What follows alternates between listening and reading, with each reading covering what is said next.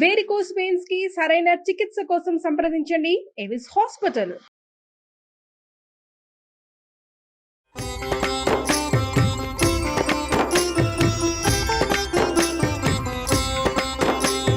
నమస్కారం. విష్ణు పురాణం 28వ భాగం అనగా చివరి భాగంలోకి వచ్చామండి. ఇప్పుడు మనకి పరాశర మహర్షి మైత్రేయుడికి చెప్తున్నటువంటి ఆత్యంతిక ప్రళయం గురించి చెప్పుకుందాం. మనుషులకి అసలు జీవరాశులన్నిటికీ తాపత్రయాలు 3 ఉంటాయని మనం తాపత్రయం అంటూ ఉంటాం. అంటే ఏమిటో తెలియదు మనకి. ఎందుకు వచ్చింది తాపత్రయం అని వాడతాం. ఆ తాపత్రయం గురించి చెప్తున్నారు. ఆది భౌతిక, ఆధ్యాత్మిక, ఆదిదైవిక అని 3 విధాలైన తాపాలు జంతువులని పీడిస్తుంటాయి, మనని ప్రాణుల్ని. అవి శారీరకాలు, మానసికాలు అని 2 విధాలు. ఆధ్యాత్మికం, శారీరకం. మహారోషం, క్రోధం, మదం అనేవి మానసికాలు. రకరకాల వ్యవహారాలు ఉన్నాయండి ఇందులో. శరీర సంబంధమైనది ఆధ్యాత్మికం. ఇతరుల వల్ల కలిగే బాధలు ఆది భౌతికాలు.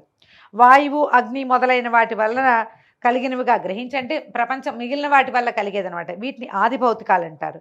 ఇలాంటి తాపత్రయం శరీరికి అంటే ప్రాణులకి, మనలాంటి వాళ్ళకి గర్భవాసము, జననము, ముసల్తనము, అజ్ఞానము, మరణము, నరకము ఇలాంటి వాటికి సంబంధించిన వివిధమైన దుఃఖాలని కలిగిస్తూ ఉంటుంది. వీటి వల్ల భరించరాని దుఃఖం కలుగుతుందని చెప్పక్కర్లేదు. ఆ దుఃఖాల గురించి చెప్తున్నారనమాట. ఈ తాపత్రయాలన్నీ దుఃఖాన్ని కలిగించేవేనండి. దాని గురించి చెప్తున్నారు. ఒక స్త్రీ గర్భమునందు అది నివాసము, అది ఎలాంటిదో చెప్తారు. వీళ్ళు ఎలా పుడతాము, మనం లోపల ఎలా ఉంటాం, మలం మధ్యన మావితో పుట్టి మిక్కిలి వంకరగా వీపు, గుండె, కంఠము కలిసి ఆ తల్లి కడుపులో అణిగిమణిగి ఉంటుంది శిశువు. ఇలా ఉంటుంది కదండి, వంగి ఇరుకు ప్లేస్లో. మామూలుగా ఇలా చేతులు చాపితే ఇంత పళ్ళె నిండా పెద్ద బల్ల నిండా ఉండే పిల్లవాడు లోపల ఇంత బ్యాగ్లో ఇట్లా ముడుచుకుని ఉండవలసి వస్తుంది. అయితే ఎలా ఉంటారు, అరటి పువ్వులాగా ముడుచుకుపోయి ముద్ద కట్టి తన మూత్రంలోనే ఉండిపోవటం. కాళ్ళు చేతులు కూడగట్టుకుని ఆ శరీరాన్ని చుట్టుకుపోయి ఉంటాయి. వేడి, చలవ, వగరు, చేదు, పులుపు ఇట్లా వివిధ రుచులు, ఆ రుచులు కలిగినటువంటి ఆహారం తల్లి తీసుకుంటే ఆ పదార్థాల చేదు వగైరా తను అనుభవిస్తూ బాధపడుతూ ఉంటుంది.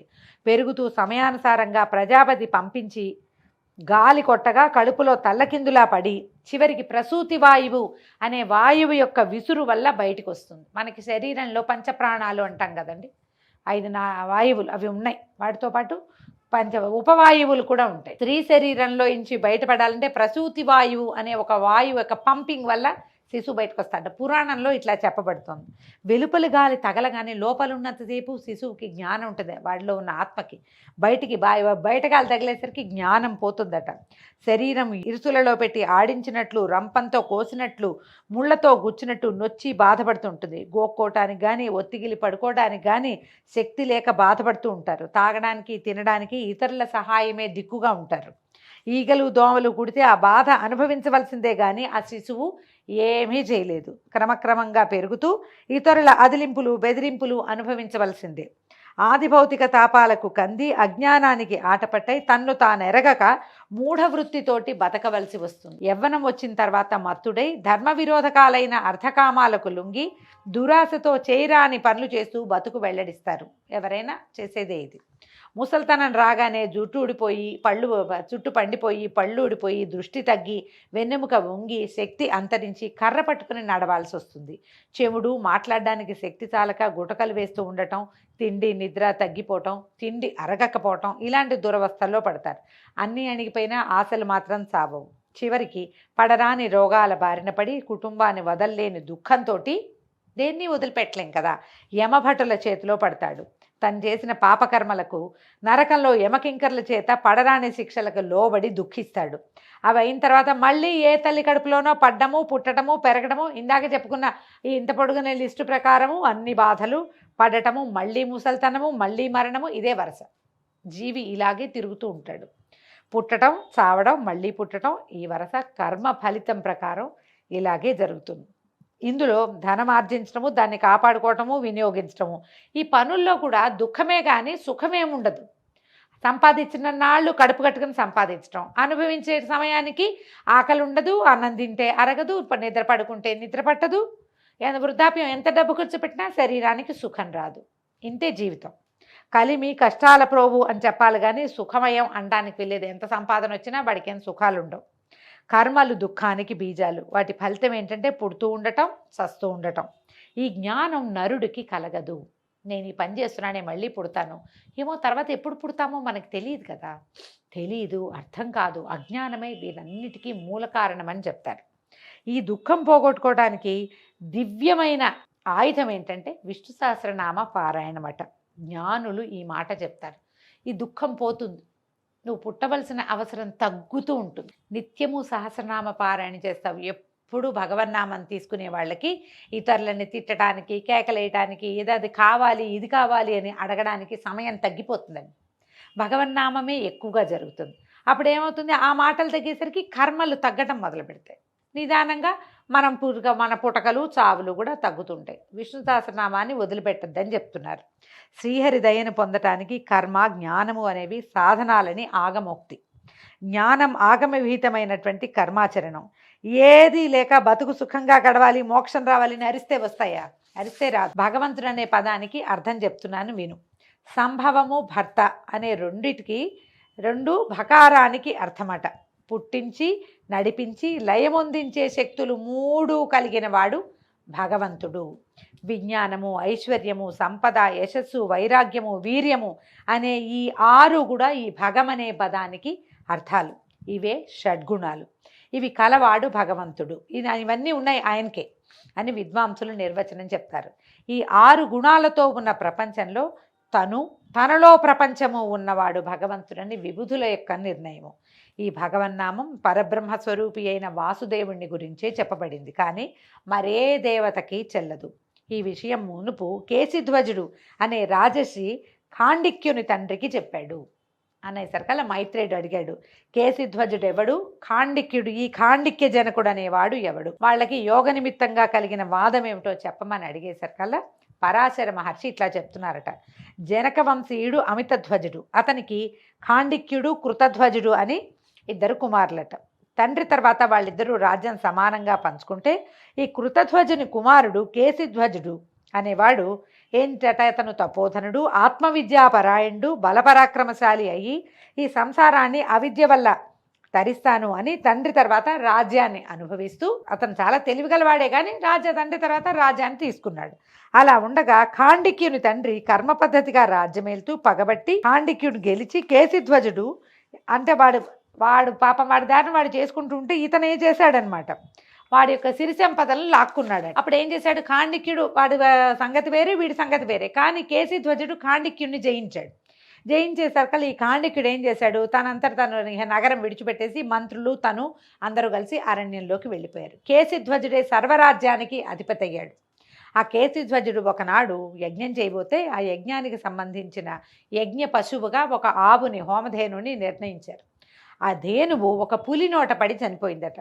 అది తెలిసేసరికల్లా కేశిధ్వజుడికి బెంగొచ్చింది. అయ్యో ఇదేమిటి, హోమధేనువు ఇలా అయిపోయిందని, ఈ దోషానికి ప్రాయశ్చిత్తం ఏమిటని ఎందరో ఋత్విజులను అడిగితే మా తెలీదు, కశేరుడు అనే జ్ఞానున్నాడు, కశేరుడి దగ్గరికి వెళ్ళి అడగమన్నారు. ఈ కశేరుడు ఆయన అక్కడెక్కడో అడవిలో ఉన్నాడు. ఈ రాజుగారు అక్కడ దాకా కాలినడకని పోయి ఆయన్ని అడిగాడు. ఆయన ఏమన్నాడు, భార్గవుణ్ణి అడగమని చెప్పాడు. మళ్ళీ భార్గవుడి దగ్గరికి నడిచి వెళ్ళాడు. భార్గవుడు అన్నాడు, నాకు కూడా తెలీదు, ఈయన శునకుడు అనే ఈయనున్నాడు ముని, ఆయన కనుక్కోమన్నారు. శునకుడు ఏం చెప్పాడంటే, రాజా, గోవధకి ప్రాయశ్చిత్తం సామాన్యమైంది కాదు, కానీ నేను చెప్పలేను. నీ శత్రువు, ఆగర్భశత్రువు, నీ సోదరుడు, నీ ముందు నీ రాజ్యానికి అధిపతి అయినటువంటి ఖాండిక్యుడు చెప్తాడు. ఖాండిక్యుడికి చాలా శాస్త్రజ్ఞానం ఉంది, యోగ జ్ఞానం కూడా ఉంది, అతనిని కనుక్కో అని చెప్పేసరికల్లా ఏం చేశాడు ఈ కేశిధ్వజుడు, అంతకుముందు ఇద్దరు పోరాడుకుని రాజ్యాలు లాక్కున్నారు కదా, అయినా సరే ఎలాంటి సందేహము లేకుండా తన పగని పక్కకు పెట్టి కృష్ణాజీనం కట్టుకుని మృగశృంగకరుడై చేతిలో మృగశృంగం పట్టుకున్నాడట. అంటే మన లేడీ యొక్క కొమ్ములు పట్టుకున్నాడు. అంటే నేను ఏ పగ లేకుండా ఉన్నాను, కేవలము యోగం గురించి తెలుసుకోవడానికే వస్తున్నానని తన తాలూకు వస్త్రధారణ ద్వారా తెలియజేసి రథారూఢ, కానీ రథాన్ని ఎక్కే వెళ్ళాడని రాస్తున్నారు. ఖాండిక్యుడి దగ్గరికి వెళ్ళారు. ఈ ఖాండిక్యుడిని దూరం నుంచి కేశిధ్వజుడిని చూసి మునులంతా తెల్లబోయారట. రాజా, మన శత్రువు, ఆ చేతిలో ఉన్నటువంటి ఈ లేడి తాలూకు కొమ్ములు వీళ్ళకి ఖడ్గంలా కనపడింది. ఖడ్గదారిగా ఒంటరిగా వచ్చాడు, ఎవ్వరు లేరండి, ఆయన ఎందుకో ఒక్కడే వస్తున్నాడు, చంపేద్దాము అన్నారు. అనేసరికల్లా ఈయన అన్నాడు అనేసి వీళ్ళు వెళ్ళిపోయారు. ఆయన దగ్గరికి. వాళ్ళు ఏం చేశారు, ఆ మంత్రులు వాళ్ళు కత్తులు కటార్లు పుచ్చుకుని వెళ్ళేసరికల్లా కేశధ్వజుడు చెప్పాడట, ఆగండి, నేను పోరాటానికి రాలేదు, ఆ పగని మర్చిపోండి. నేను చేసిన యజ్ఞానికి సంబంధించిన ఆవు పులి వల్ల మరణించింది. ఆ ప్రాపప్రాయశ్చిత్తానికి శునక మహర్షి చెప్పిన ప్రకారము నేను ఇక్కడికి వచ్చాను, ఖాండిక్యుడి కోసం వచ్చాను అనేసరికల్లా వాళ్ళు ఏమన్నారు, ఇంకా నయం, నిన్నెట్లా నమ్ముతాం, నువ్వు సొంత సోదరుడి రాజ్యాన్ని లాక్కున్నవాడివి, యజ్ఞము గోహత్య ధర్మాలు ఇవన్నీ చెప్పద్దు మాకు, శత్రువు ఒంటరిగా దొరికితే చంపాలని మాకు తెలిసిన ధర్మం, రాజనీతి అదే, శత్రువు దొరికితే ఇంకా శత్రు శేషం ఉండనివ్వకూడదు, నువ్వు దొరికావు అనేసరికల్లా సరే ఖాండిక్యుడు వెనకాల నుంచి వచ్చాడు. చూసి మంత్రులకి బోధించి వద్దు వద్దు, తొందరపడి దోషం చేస్తే దానివల్ల వచ్చే సుఖం చాలా తక్కువ, తొందరపడకూడదు, నిదానిస్తే పుణ్యలోకాలు లభిస్తాయి మనకి, తొందర మాత్రం పడకూడదు, దొరికాడు కదా వేసేద్దామని వేసేస్తే తర్వాత చాలా సమస్యలు వస్తాయి, అందుకని తొందరపడకూడదు. ఇది పైగా మనకి బుద్ధిమంతులకి పుణ్యలోకాలు లభిస్తాయి నాయన, తాపీగా ఉండే వాళ్ళకి దాన్ని పోగొట్టుకోవద్దు, పైగా తగిన తోడు లేకుండా వచ్చిన శత్రువుని పట్టి చంపటం ధర్మ విరుద్ధం, పనికిరాదని మాట్లాడి ఈ కేశధ్వజుడు మంచి చెడ్డలు తెలిసిన వాడే, ఏదో ధర్మ సందేహం అడిగి తీర్చుకోవడానికి వచ్చాడు కదా, చేర తీసుకోవచ్చు, ఇతన్ని ఎదిరించద్దని చెప్పి మంత్రుల్ని శాంతపరిచి ఆయన దగ్గర కేశధ్వజుడి దగ్గరికి వెళ్ళి మంచి మాట్లాడి తన వెంట తీసుకొచ్చి మర్యాదగా కనుక్కున్నాడు. అప్పుడు కేశధ్వజుడు తన వచ్చిన పనిని చెప్పి ప్రాయశ్చిత్త విధిని చెప్పమన్నాడు. అప్పుడు ఖాండిక్యుడు ఏం చేశాడట, వేదోక్త విధి వేదోక్తంగా ఎలా చెప్పబడింది, యజ్ఞ పశువు మరణిస్తే ఏం చేయాలో ఆ విధులన్నీ ఖాండిక్యుడు క్షుణ్ణంగా చదువుకున్నాడు. ఈ వచ్చిన కేశధ్వజుడు తన శత్రువు అయినా కూడా అతనికి కావలసినటువంటి నీతిని ధర్మాన్ని శాస్త్రాన్ని విడమర్చి బోధించాడు. ఈ కేశధ్వజుడు వెనక్కి తిరిగి వచ్చి ప్రాయశ్చిత్త విధిని చేసుకుని సాంగోపాంగంగా యజ్ఞం చేసి ఋత్వికులకు సభ్యులకు యథోక్తమైన దక్షిణతాంబూలాలు ఇచ్చి దీనులకు అనాథలకు కోరిన ధనధాన్యాదులు ఇచ్చి తృప్తుల్ని చేశాడట. కానీ ఒకనాడు అనుకున్నాడు, అదంతా అయిపోయింది యజ్ఞం అయ్యాక, నాకు ప్రాయశ్చిత్త విధి తెలిపి కృతకృత్యుణ్ణి చేసిన ఖాండిక్యునకు ఇష్టమైనవి, అతనికి ఏమి ఇష్టమో అది ఆయనకి సమర్పించాలి అని భావించి మంత్రుల్ని భటుల్ని వెంట పెట్టుకుని కాలినడకన ఖాండిక్యుడి దగ్గరికి వెళ్ళాడట. మొదటిసారి రథం ఎక్కి వెళ్ళాడని చెప్పారా, ఈసారి మాత్రం ఆయన రథం ఎక్కి వెళ్ళాలి, నిదానంగా అందరినీ వెంబడి పెట్టుకెళ్ళి, నాయనా నీకు ఇష్టమైంది ఏమిటో చెప్పు, నేను నీకు అది సమర్పిస్తాను, నీ వల్ల నేను ఈ యజ్ఞాన్ని పూర్తి చేయగలిగాను అని మాట్లాడడానికి వెళ్ళాడు. నీకు గురుదక్షిణ ఇస్తానంటే అప్పుడు ఖాండిక్యుని మంత్రులు అన్నారు, చెప్పారట, రాజ్యం కోరుకో స్వామి, రాజ్యం కోరుకో, మనం ఇటు అడవుల్లో పడి చచ్చిపోతున్నాము, రాజ్యం కోరుకోమంటే ఈయన నవ్వాడట ఖాండిక్యుడు. ఆయన చెప్పాడు, ఈ ధనం సంపాదించడం, రాజ్యానికి ఆశపడటం, ప్రధానులు మంత్రులైన మీ ఉద్దేశం కానీ నాకు ఆ కోరిక లేదు, పరమార్థ యోగం ఇతని వల్ల తెలుసుకుని బ్రహ్మపదం చేరతాను, అశాశ్వతమైన ఫలితాలు నాకు ఇష్టం లేదని చెప్పి కేశధ్వజుడు అన్నట్ట. అయ్యా ఇప్పుడు చూడండి, ఖాండిక్యుడికేమో శాస్త్రం తెలుసు, కేశధ్వజుడికి మోక్ష విధానం తెలుసు, యోగ మార్గం తెలుసు, చదువుకున్నాడు, కానీ ఆయన కొంత అవిద్యకి లోబడి ఈ రాజ్యము రాజ్యకాంక్ష భూలోకంలో ఉన్నప్పుడు ఇవి చేయాలని అది చేసేసాడు. ఈయన ఖాండిక్యుడు అడిగాడు, నాకు మోక్షాన్ని సంపాదించడానికి తగిన యోగ మార్గాన్ని ఉపదేశించమని.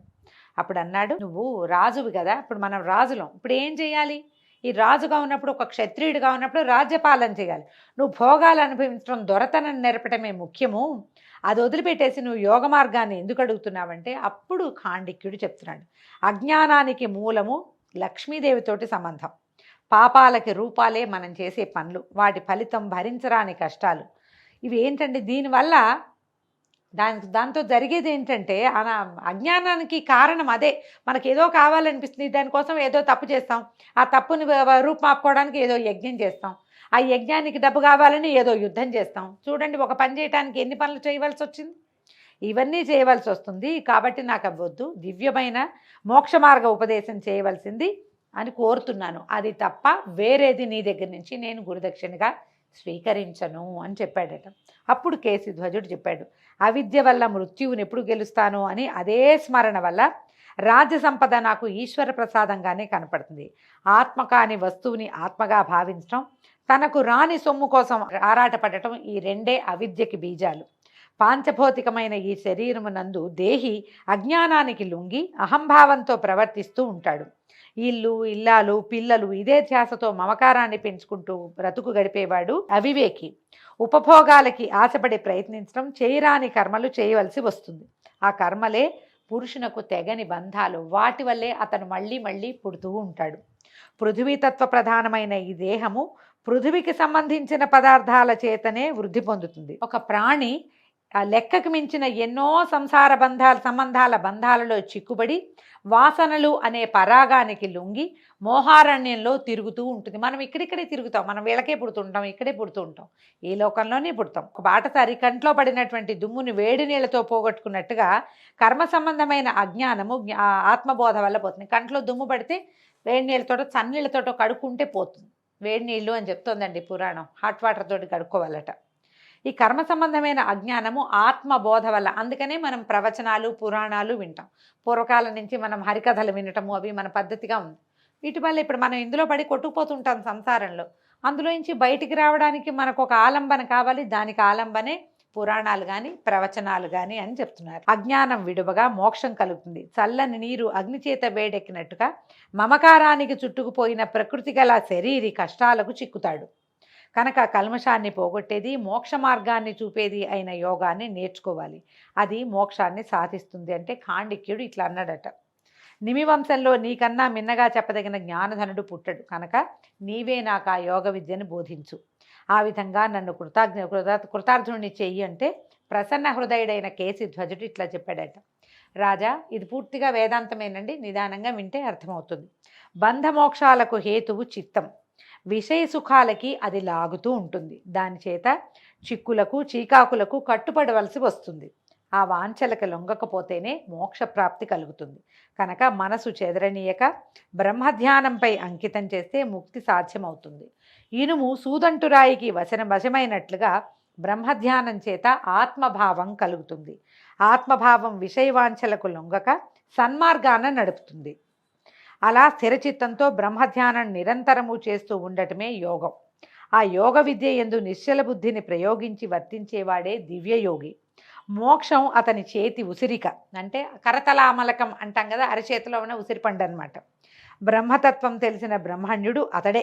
అలాగ యోగాభ్యాసంలో ఉండగా ఎప్పుడైనా ఆటంకం కలిగినా మలి జన్మలో తప్పక ముక్తి పొందుతాడు. ఎవరి నుంచి ఏదీ తీసుకోక మిక్కిలి శుచిగా ఉండటం, అహింస, బ్రహ్మచర్యము, దొంగతనం లేకుండా ఉండటం కలవాడై యోగాభ్యాసుడయి ఆ యోగ ఫలితాన్ని కోరకూడదట. నాకు ఇది కావాలి అనకూడదు, యోగాభ్యాసిగా మాత్రమే ఉండాలి. నియమము, శౌచము, తపస్సు, వేద పఠనము, నాలుక కోరికల్ని విడవడము బ్రహ్మదర్శనము. దీనికి యమయోగం అనే పేరట. దాన్నే ధ్యానం అంటారు. పైన చెప్పింది కామ్యఫలకాంక్షతో చేస్తే తప్పకుండా సిద్ధిస్తాయి, సందేహం లేదు అని చెప్తున్నారు. సకలాసనాలలో భద్రాసనం అలవాటు చేసుకుని దాంతో యోగాన్ని అభ్యసిస్తూ పంచగుణాలను మనసుతో జోడించి బ్రహ్మధ్యాన ప్రవృత్తితో ఉండటమే యమం అని చెప్తారు. ఇది ప్రాణం యమ యోగాల గురించి చెప్తున్నారండి. ఇందులో ఉన్నది చదువుతున్నాను, వివరంగా దీని గురించి మాట్లాడేంత సమయం కూడా ఏం లేదండి. ఇందులో ఏముందో పాఠంలో అది చెప్తున్నాను అంతే. ప్రాణవాయువుల్ని తన వశం చేసుకుని బ్రహ్మతత్వాన్ని తెలిసి ప్రవర్తించే యోగం ప్రాణాయామ యోగం అని తత్వవిధులు అన్నారు. ప్రాణాయామం మనం చేస్తుంటాం కదా, ఇది ఏదో క్రియలాగా చేస్తామండి. సాధకుల వ్యవహారం వేరేగా ఉంటుంది. ఊర్ధ్వముఖంగా ఉన్న ప్రాణవాయువును, అధోముఖంగా ఉన్న అపానవాయువును సమాన స్థాయిలో ప్రవర్తింపజేసేది లంబన యోగం అంటారట. ఆ లంబన యోగంతో శబ్దాదులకు వశీకరమైన ఇంద్రియ సమూహాన్ని తన వశం చేసుకోవటాన్ని ప్రత్యాహారం అనే యోగం అంటారు. ఈ యోగాలన్నీ ఆ కేశవుణ్ణి తెలియటానికి స్థూల యోగాలు. సూక్ష్మయోగం ఏమిటో తెలీదు అని చెప్పగా ఖాండిక్యుడు సరే, ఏ విధంగా ఈ హరిని భావన చేసి యోగి ముక్తిని పొందునో చెప్పు, ఆ విషయం చెప్పమని అడిగితే ఇప్పుడు చెప్తున్నారు. దివ్యమూర్తి అయిన విష్ణువు యోగి యొక్క చిత్తంలో ఉంటాడు. ఆ మూర్తి స్థూల రూపం, సూక్ష్మ రూపం అని రెండు సంజ్ఞలు ఉన్నాయి, రెండు విధాలు. పర అపర అనే సంజ్ఞతోటి చెప్తారట. పరమూర్తి అపరమూర్తి అట అని చెప్పి ఈ రకంగా బ్రహ్మభావన, కర్మభావన అని అనేక రకాల వివరాలతోటి ఈ శ్రీహరిని ఎలా ధ్యాన యోగంతో ఆరాధించాలో వివరంగా చెప్పబడిందండి.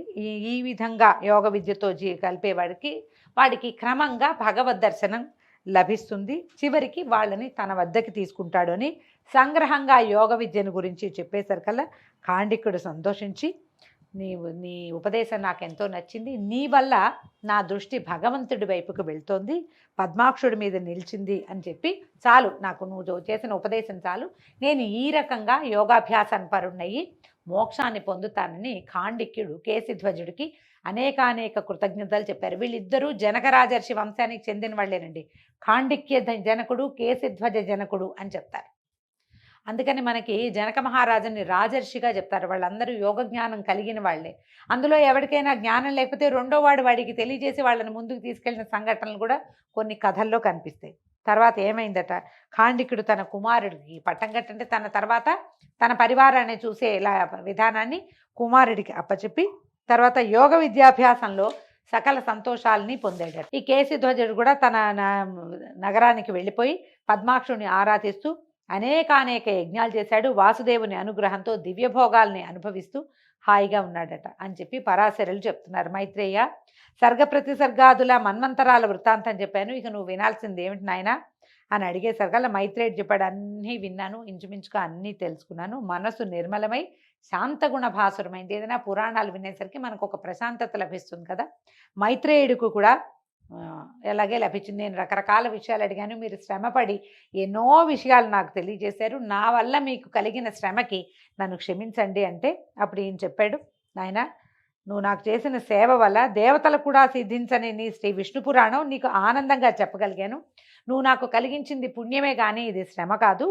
దేవతలు, రాక్షసులు, గంధర్వులు, యక్షులు, పన్నగులు, కిన్నరులు, సిద్ధులు, సాచులు, మునులు, 4 వర్ణాల వారు, నదీనదాలు, సముద్రాలు, వనాలు, పంచభూతాలు, గ్రహ నక్షత్రాలు, అగ్నులు, మన్వంతరాలు, వేదశాస్త్ర పురాణాలు విష్ణుమూర్తులే, అన్నీ విష్ణు స్వరూపాలేనట. ఈ చరిత్ర విన్నవారు సకల శుభాలు పొందుతారు. ఇన్నిటా వినుతింపదగిన విష్ణు పురాణాన్ని రాసినా, చదివించినా, వినినా, పూజించినా శుభప్రాప్తి అవుతుంది. భక్తవత్సలుడైన పద్మాక్షుడు ఇష్టఫలాలని ప్రసాదిస్తాడు. విష్ణు పురాణాన్ని భక్తితో చదివినా విన్నా, అశ్వమేధం చేసి అవబృధ స్నానం చేస్తే వచ్చే ఫలితం లభిస్తుంది. పుణ్యక్షేత్రాలలో స్నానము, దానము, ధ్యానము, తపము చేసిన ఫలితం కూడా లభిస్తుందట. అగ్నిహోత్రం యొక్క ఆరాధన 1 సంవత్సరం చేస్తే వచ్చే ఫలితం ఒక్కసారి విష్ణు పురాణం చదివినా, విన్నా, వినిపించినా లభిస్తుంది. ఇప్పుడు నేను వినిపించాను, నాకు ఫలితం లభిస్తుందండి. విన్న వాళ్ళందరికీ కూడా అగ్నిహోత్ర ఆరాధన చేసిన ఫలితం లభిస్తుందట. జ్యేష్ఠ మాసంలో శుక్లపక్ష ద్వాదశి నాడు యమునలో స్నానం చేసి మధుర వెళ్ళి విష్ణువుని ఆరాధిస్తే వచ్చే పుణ్యఫలం విష్ణు పురాణ పఠనం వల్ల కలుగుతుంది. శ్రావణ మాసంలో విష్ణు పురాణం నందలి కథలు కొన్నిటిని చదివినా కూడా దుస్వప్నం పోతుంది. ఒకవేళ శ్రావణంలో ఏదైనా పీడకలలు కనుక వస్తే మాసాన్ని బట్టి అన్నమాట, ఎప్పుడు పీడకలు వచ్చినా విష్ణు పురాణంలో ఒక ఎపిసోడ్ విన్నా కూడా ఫలితం లభిస్తున్నట్ట. దుస్వప్నం యొక్క దుష్ట ఫలితాలు ఏమైనా ఉంటే అవి పోతాయి.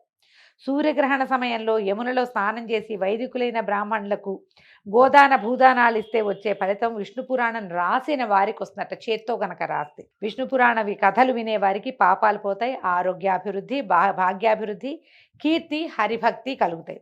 నేను పులస్త్య మహాముని వల్ల ఈ పురాణం విని నీ వంటి తపోధనలోకి చెప్పే ధన్య చరిత్రుడిని అయ్యాను.